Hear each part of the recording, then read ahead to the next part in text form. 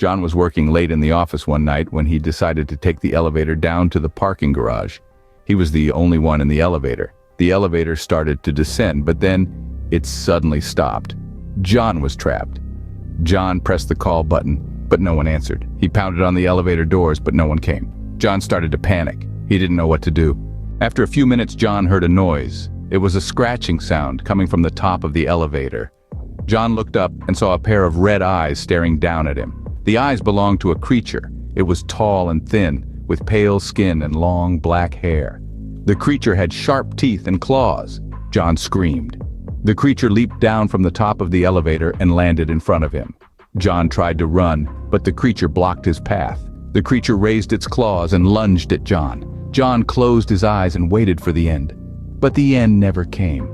John opened his eyes and saw that the creature was gone. John didn't know what had happened, but he knew one thing for sure.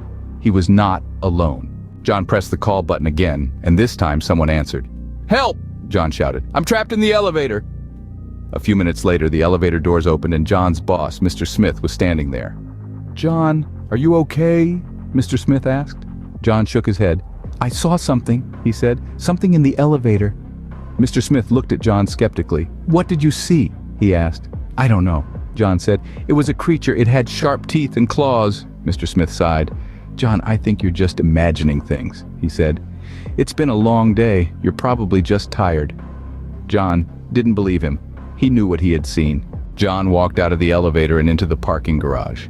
He got into his car and drove home. But as he drove, John couldn't shake the feeling that he was being watched. He looked in the rearview mirror and saw a pair of red eyes staring at him. John screamed and slammed on the brakes.